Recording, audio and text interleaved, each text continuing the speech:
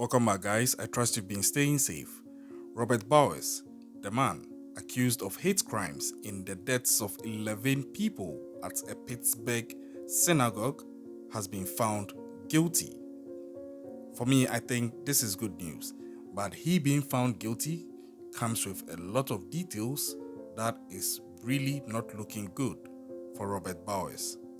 If you are ready for this true crime story, just buckle up and let's go.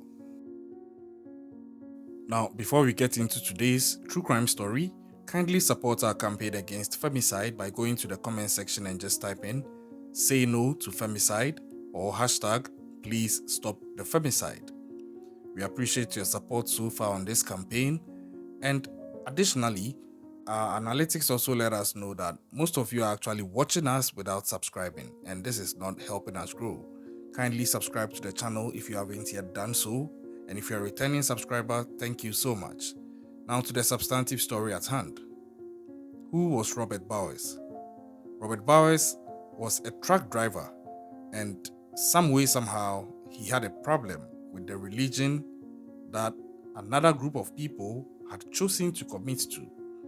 Personally, I have my own religious preference, but I do understand, respect, and tolerate other forms of religions because, hey, it's a free world. You cannot dictate to people the type of religion that they should associate with, and neither can somebody come and dictate that to you. But some way, somehow, there are supremacists who feel that they are in a position to dictate to others what form of religion is best and what form of religion should be condemned. It appears Robert Bowers was one of such people.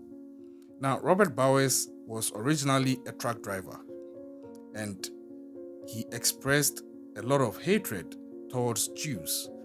And I think that this is a no no. This is a no no. But that is what Robert Bowers was doing. And he took a decision to go and do certain things against them whilst they were praying in a synagogue, and he has been convicted today. What did he do? I'll let you know.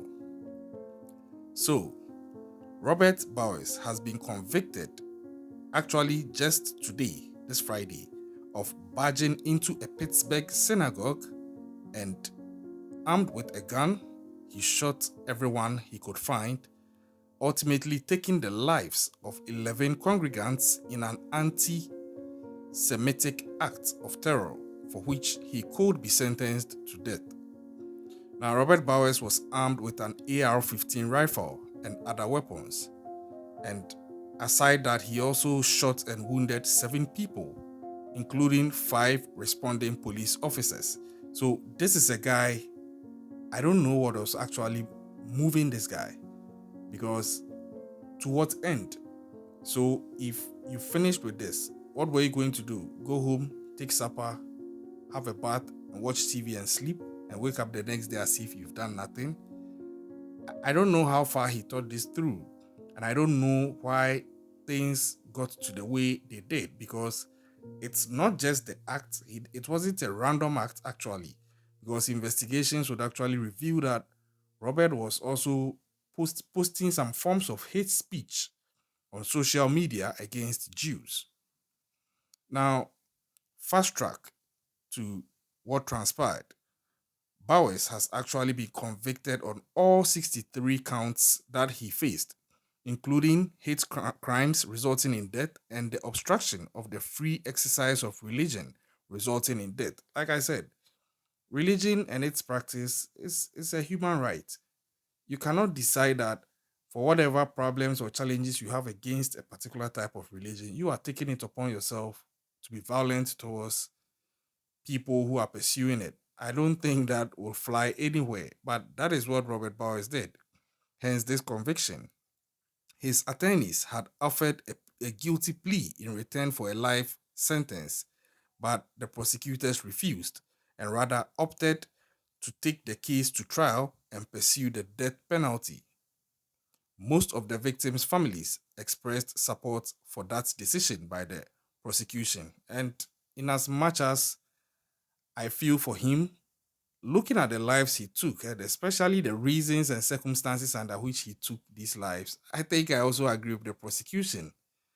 You can't just take 11 lives who were just going about their business in a synagogue and expect to cut a deal and you enjoy a life sentence. I don't think it's fair to the lives lost and even the loved ones and the families of those lives that were lost. Now, the guilty verdict was a foregone conclusion after Robert Bowers's own lawyers considered at the trial's outset that he attacked and took the lives of worshippers at the Tree of Life Synagogue on October 27th, 2018, in the deadliest attack on Jews in US history. So even his own lawyers, they alluded to it, rightly so, because they are humans, and I'm sure, irrespective of whatever interest they have for their client, Robert Bowers, they know that it could have been them or any of their loved ones, and certain crimes are so heinous, you actually have no business trying to water it down to any extent. Now, the jurors must now decide, or had now been in a position to decide, whether the 50-year-old should be sent to death row or sentenced to life in prison without parole as the federal trial shifts to a penalty phase on the 26th of June, which is expected to last several weeks. So the jury deliberated about 5 hours over 2 days before reaching a verdict.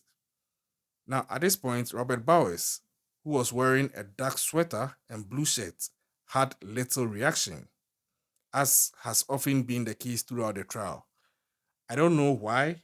I don't know whether it's because he doesn't regret what he's done, or I don't know whether he feels that he has achieved whatever objective that he had made whatever statement that he wanted to make, and he's ready for the consequence. Or maybe he would actually start showing emotion when things hit the fan, when he gets the sentence and it wakes him up that this is my new reality going forward. Now, during the trial, prosecutors called on FBI specialists to read dozens of vile anti Semitic messages and memes that Bowers posted on Gap, which is a social media website popular with far right extremists, including neo Nazis. Witnesses also would end up testifying that Bowers entered the Tree of Life synagogue on a Saturday morning when members of three congregations, that is, the Tree of Life, Dor Hadash, and New Light, that shared the building, were actually observing Shabbat prayer services. So these guys were at their most peaceful and vulnerable because they were just praying. Who would even anticipate that it's at that point that evil of this magnitude will befall them?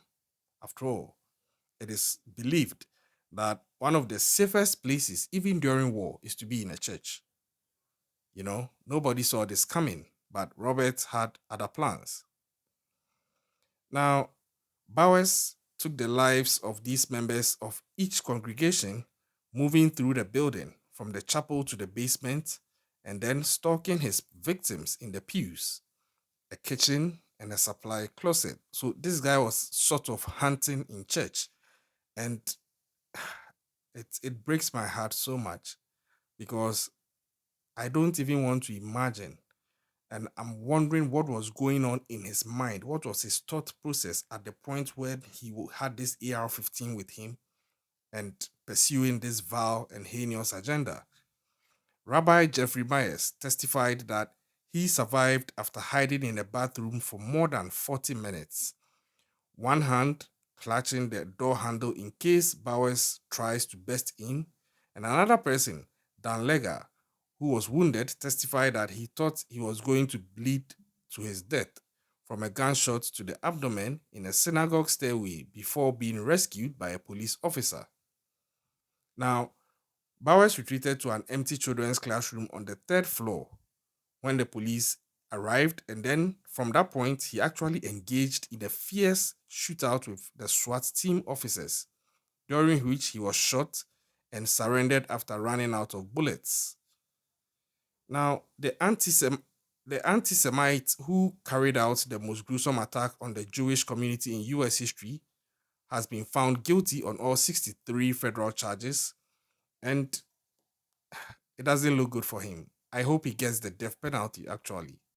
A special rest in peace goes out to the following people of blessed memory: David Rosenthal, 54 years old; Cecil Rosenthal, 59 years old; Bernice Simone, 84 years old; Sylvan Simone, 86 years old; Daniel Stein, 71 years old; Jerry Rabinowitz, 66 years old; Richard Gottfried, 65 years old; Joyce Feinberg, 75 years old; Rose Malenga, 97 years old; Melvin Wax, 88 years old; and Irvin Younger, 69 years old.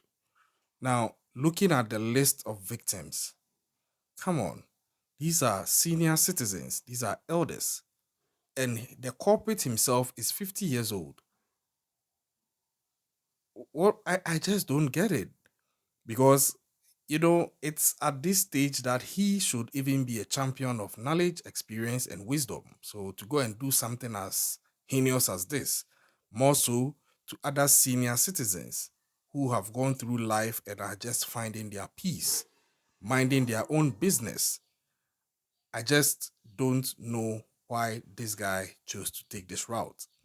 So he's been found guilty, and I'm waiting to see what the final verdict will be with regards to whether he will face the death penalty or it will go a different route.